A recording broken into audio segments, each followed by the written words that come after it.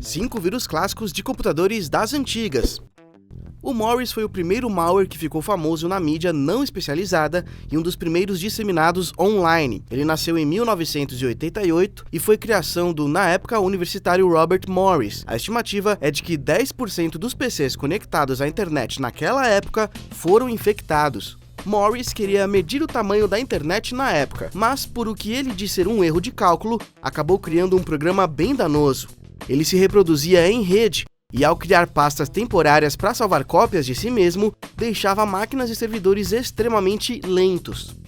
O Michelangelo de 1991 ficou famoso por 2 motivos. Que nem o anterior, ele também ganhou um destaque meio apocalíptico na TV. Segundo, pelo funcionamento peculiar. Ele ficava dormente no PC da vítima até 6 de março. O motivo era o dia do aniversário do artista do Renascimento, que emprestou o nome para essa ameaça. Esse vírus para DOS infectava qualquer disquete inserido na máquina e causava perda de dados em massa.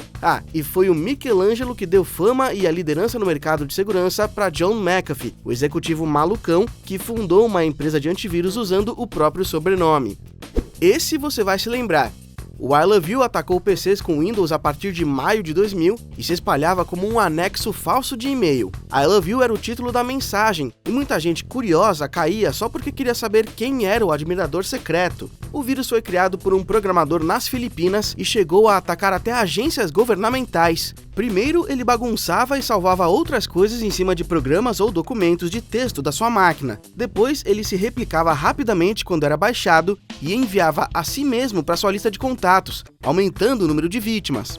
Batizado em homenagem a uma dançarina, o Melissa nasceu em 1999 e infectou milhares de computadores em poucas horas, em uma época em que essa infecção veloz global não era tão comum. O segredo estava em uso de engenharia social, que também não era tão conhecida na época. Você recebia o vírus de um contato conhecido com uma mensagem no estilo "as fotos da festa ficaram ótimas". O criador era David Smith, que pegou 20 meses de prisão, multa e proibição de trabalhar com a internet sem autorização do tribunal. A brincadeira, como ele justificou o Melissa, gerou 80 milhões de dólares de prejuízo em empresas e governos. Ele se replicava em massa junto com vários documentos do seu PC como anexo, que não era só invasão de privacidade, mas congestionava os lentos servidores de e-mail da época.